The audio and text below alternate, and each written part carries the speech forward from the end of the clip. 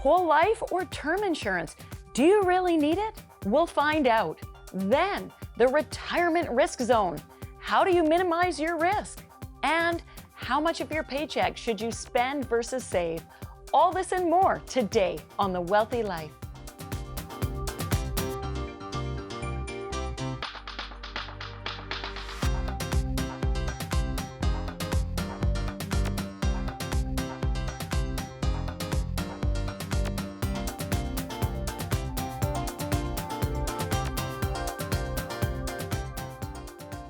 Welcome to The Wealthy Life. Do you really need life insurance? Joining us today is insurance advisor Jacqueline Knobloch to explain who needs insurance and why. Jacqueline, welcome to the show. Thanks for having me. Let's dive in. Who needs insurance? Basically anyone who has dependents. So quite often young families and they have young children or the dependent spouse. A loss to their income ability means that we need insurance to help offset that. But actually quite often lately, I'm finding people who are helping their parents or grandparents, and if they're now gone and unable to help, maybe it wasn't costing them anything and now they have to have an extra expense added to their financial plan because they need that help. So it's not just young children and spouses, but also thinking about parents and grandparents as well. Right, because if you have dependents and you're the primary income earner or even just a contributor to the income that the family or your dependents wouldn't be able to get by without that income, you want to make sure there's money there to cover that. But I never thought about the aging parents. So if I'm taking care of my mom and I'm gone, who else is going to do it? My mom is then going to have to pay to hire someone to take on that role. Exactly. Now, insurance, though, is overwhelming. There's so many different types. Can you walk us through the different types? In general, in my area, there's basically 4 types. So the first and most common is a life insurance. So something happens to you, you pass away, a life insurance policy will pay out to your beneficiary. Okay, life insurance, but to cash in, you need to die. Yes, so not ideal. Okay. Second would be what we call critical illness insurance. So that is if you are diagnosed with a serious health change. So you've been diagnosed with a heart attack or life-threatening cancer. It will pay out a lump sum benefit to you, ideally to help you get better in health and pay off any new expenses that have come up because of your diagnosis. Okay, and that I could see actually coming in quite handy because often when people are diagnosed, they maybe take time off work. And that's when their money is tight. They need the funding then while they're still alive. It doesn't help them if they wait till they're gone. No, exactly. So a critical illness policy will pay out that cash when you need it. Yes. Okay, that's 2. What's the third one? Third is disability insurance. So that one, it doesn't necessarily depend on what you've been diagnosed with, but it's the fact that you're no longer able to generate income. So you were able to work, you've been working steadily, and now you've been unfortunately diagnosed with a life-threatening cancer, and now you have months, maybe years of being unable to work. So disability insurance will be able to offset often up to 70% of your income with now a benefit payable from the insurance company. Which again, you're going to benefit from while you're still alive in that tough period where otherwise you wouldn't have any income coming in. Exactly. And the fourth? The fourth is actually often overlooked, but that's health and dental insurance. So I work with a lot of business owners and quite often they don't have their own group benefits plan. So any out-of-pocket expense for massage therapy, eyeglasses, medication is now directly out of pocket, which is fine if it's just a little something that comes up. But as you get older and often more prescriptions are prescribed to you and those become more and more expensive, any attempt to get a coverage at that time usually excludes the prescriptions you're already on. So in that case, it's more of a, I don't need it now, but just in case scenario down the road. Okay, so people can buy that themselves? Is that what you're saying? It is. Yeah. So you don't have to have an employer plan. You can just go and set yourself up. Exactly. Is it usually expensive, affordable?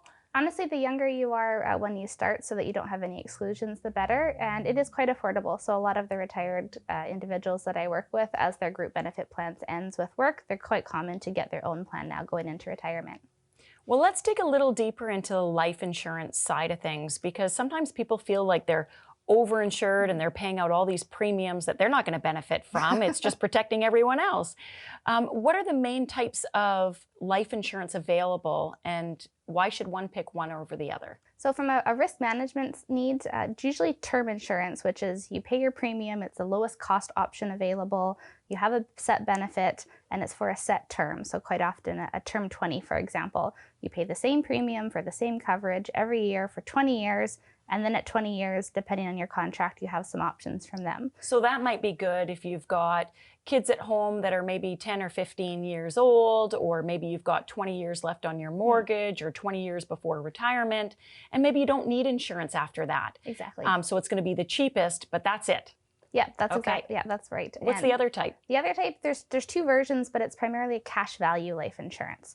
So those ones are a insurance contract as a base, and then there's some variations, but there's an ability to generate what we term cash value through an investment type of option with a contract, and those are different. So the premiums usually start much higher.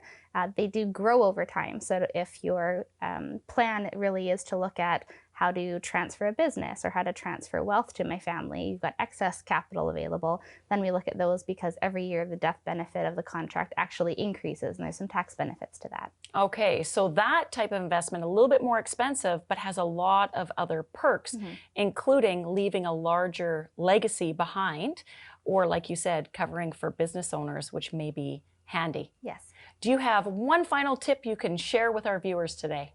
It would really be just to assess the situation. So unfortunately, I think our industry has made it really challenging for people to know what to look at. Where do you turn? What questions do you ask? How do you trust the advice that you're getting? And so it would really be to start with looking at your own financial situation. And there's some help on the internet to just do some basic life insurance calculators. And then if you don't have an advisor, find one. And if you do, ask them, please run an insurance analysis for me. I'm just curious what that looks like for me today. Jacqueline, thanks for being with us today. Thank you for having me. Don't go away. Learn about the retirement risk zone when we return.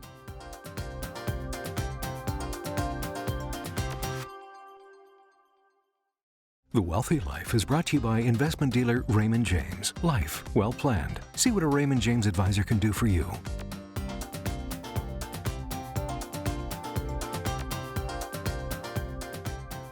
Welcome back.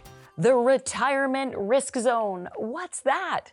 Joining us now is senior financial planner Yvonne Martin-Morrison to explain what it is and how to minimize your retirement risk.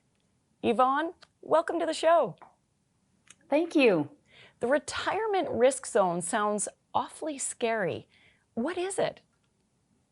Well, it's worth paying attention to. The retirement risk zone is the 10 years before and the 10 years after your retirement date, when your nest egg is most vulnerable to dipping into it at a time when it is down in value. So if I'm planning on retiring in 10 years, and I know I don't need to dip into my money at all for that 10-year period, does that mean I've eliminated the pre-retirement risk piece of that zone? Well, if you have a crystal ball and you can see the next 10 years and you know there's absolutely no chance that you need to dip into that retirement nest egg, that can be very reassuring. But if the value drops in that 10-year period and it hasn't had a chance to recover, then when you do reach your retirement date, you may not have the full value you were anticipating. Well, and that's not good, because if I don't have enough to retire when I want to, what are my options? You know, this is really good to think about, because if you are, the most important thing you can look at is, what do I have control over? I don't have control over investment returns, but what I do have control over is my retirement date in many situations. So if you're thinking about retiring this March, might it be wiser to wait until next September? And would that create a huge hardship for you and give your portfolio an opportunity to recover? Or maybe you could look at your retirement needs, and if you were planning on living a certain kind of lifestyle, but you'd like to retire on time, but you could see yourself reducing your expenses for a while, well, that's a worthwhile option to consider as well. Those are good tips. So maybe defer retirement a little bit longer, or maybe even save a little bit more money if I can afford to do that, or spend a little less. The choice is mine, is what you're saying. Control it. Yes. Now, what about post-retirement? I think, okay, I've hit my goal. I've done everything I can. I'm on track to retire when I want to. But then all of a sudden, a year after I retire, the markets go through a correction. What do I do? Well, what you need is a bridge across that problematic time. You need a bridge to get you to where you want to be. And an important element is using advanced strategies to help you prepare and also help you respond. I like the idea of a bridge to get me over that rough river that might be flowing by. What are the components of the bridge? Probably the most important element of your bridge when you're looking at the retirement risk zone is the strategies that you are using to prepare. So one I might like to share is something that might seem like common sense, which is setting up a cushion that is not vulnerable to the ups and downs. And that cushion can carry your retirement needs, your lifestyle, until your portfolio has had an opportunity to recover. So put a little bit of money aside into a safe liquid investment that you can tap into if the markets happen to be down in those early retirement years. Perfect. What's another strategy we may want to consider? You know, this is often overlooked, but it can't be overstated how important and how valuable it is to people over the decades that their retirement might last. And that is to set up a safe, secure, guaranteed lifetime income that will carry and keep pace with inflation. And that can be a base to get you through all retirement periods. Now that sounds really good. Why wouldn't I just put all my money in something like that that gives me a guaranteed income for life and I don't have to worry about ups and downs?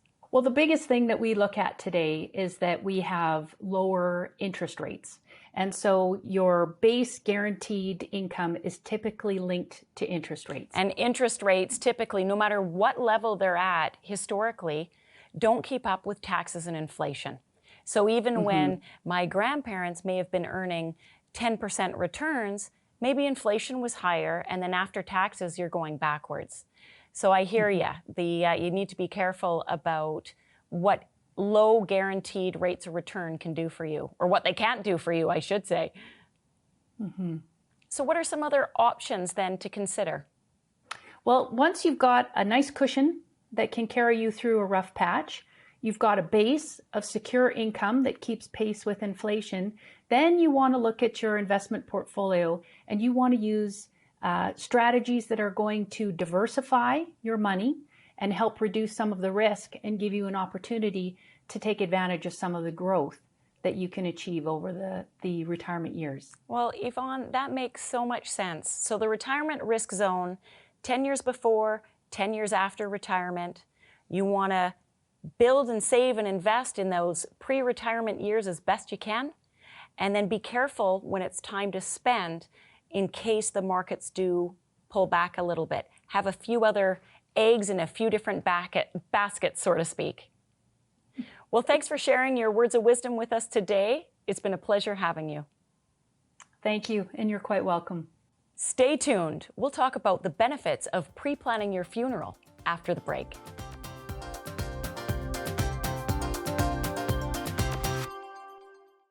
The Wealthy Life is brought to you by investment dealer Raymond James. Life well planned. See what a Raymond James advisor can do for you.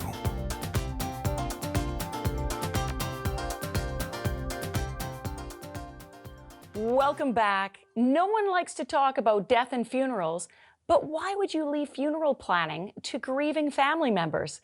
Here now is President of McCall Gardens, Trevor McCall, to discuss the benefits of pre-planning your own funeral. Trevor, welcome to the show. Thank you, Sybil. Now, people don't normally get all happy and excited about, I'm going to plan a funeral today. But why should people think about planning a funeral? There are so many reasons to pre-plan your funeral or cremation, and the number one reason is to help your family when the time does come. So pre-planning your funeral, there's a lot of decisions that need to be made, and eliminating those decisions for your family when the time does come is a wonderful gift to them. Well, yeah, because I imagine it's the last thing they want to be thinking about. They are just dealing with a loss, and that's where their mind is. They don't want to have to go in and pick out coffins or urns or flowers and music and all those types of things. It can be overwhelming. It definitely can be overwhelming, and they're in a stage of grief, in a moment of grief. So to make those decisions while grieving makes it that much more difficult. So what are some of the decisions people need to make? Walk me through beginning to end. I'm going to come in and plan my own funeral. What do I need to know? One of the main decisions to make is whether it's going to be cremation or burial. Along with that, there's service options. Whether you have a service, whether it be at a funeral home or at a church or at another venue. And then we can go into very much more detail, including what type of casket, what type of urn, will there be a viewing or a visitation, what flowers do you want, or memorial cards. Where would you like to be remembered as far as if you wanted to have a headstone or a memorial bench. So there's 1,000 different decisions to be made. And if they can be made in advance, it makes it that much easier for families. Well, my husband and I talk about this sometimes. We have different viewpoints on it. I know he would like a marker somewhere. We both want to be cremated. But I don't really care. Like, I think a bench sounds kind of nice, but it's not for me, but it's for all the surviving family members. Maybe they want somewhere to go to think about me, but maybe they won't care. No, definitely. And the one thing that we definitely recommend is talking to your family about the different options to see what is best for them. Because for you, you mentioned you don't care, but your children or your spouse, it may matter to them. And to have a final place where people can visit is important to a lot of people. Yeah. And for others, it's not. I know. And then I think, well, if my husband's got a marker and I don't, is that going to be weird? I just want to be with him forever. Exactly. So to each their own. So we better talk about this in advance. What about cost? Is it expensive to do the pre-planning? No, there's no cost to pre-plan. Someone can go into a funeral home and make all those decisions in advance without paying a dime, or they have the option to prepay. And if they do prepay, those funds go into an insurance policy or a trust account. And then when the death happens, the funds get then paid to the funeral home. Okay, so if I want to prepay, so then my family not only doesn't have the emotional decision-making burden, but they don't have the financial burden either. That sounds kind of nice. Definitely. What about inflation? So if what costs me a few $1,000s today may cost a lot more, hopefully I'm around for many more years. Yeah. Do I have to pay more money later? No. So the funeral home, and it would be important to talk to each funeral home, but many guarantee their service fees and the merchandise paid for at the time. So if you were to pay $5,000 today, those funds grow over the years, and whether it be in 5 years or 20 years, there's no additional expense to the family at the time. Those funds are paid to the funeral home to cover the costs. Okay, so you've got that peace of mind, it's done. What if I change my mind? What if I thought I wanted something simple now and I want something a little bit more complex later? You can make changes to it at any time. Additionally, if you were to move to a different city, you can transfer that to a different funeral home. Or if life circumstances change, you can cancel it completely and get your money back. Oh, so you're not locked in? You're not locked in. There's no excuses then, really. There really is no good excuse. And the number one reason people don't do it is one, because they say they don't have the time, or they don't want to talk about it with their spouse or their children. I can see that. I know another reason is maybe you don't want to jinx it. You don't want to plan something that you really are in denial about. You don't want it to ever happen. But guess what? It's gonna happen one day. The one thing we're all guaranteed to do is die at some point. That's right. Yeah, so planning ahead. Now, which is more expensive? The getting buried or cremated?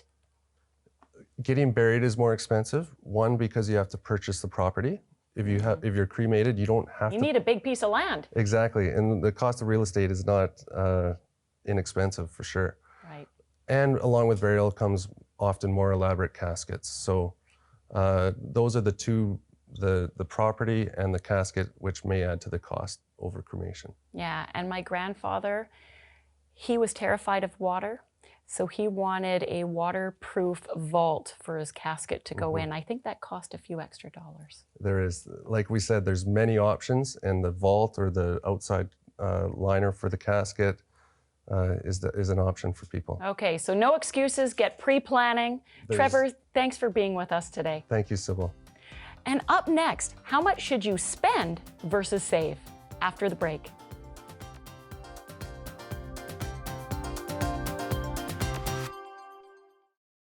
The Wealthy Life is brought to you by investment dealer Raymond James. Life well planned. See what a Raymond James advisor can do for you.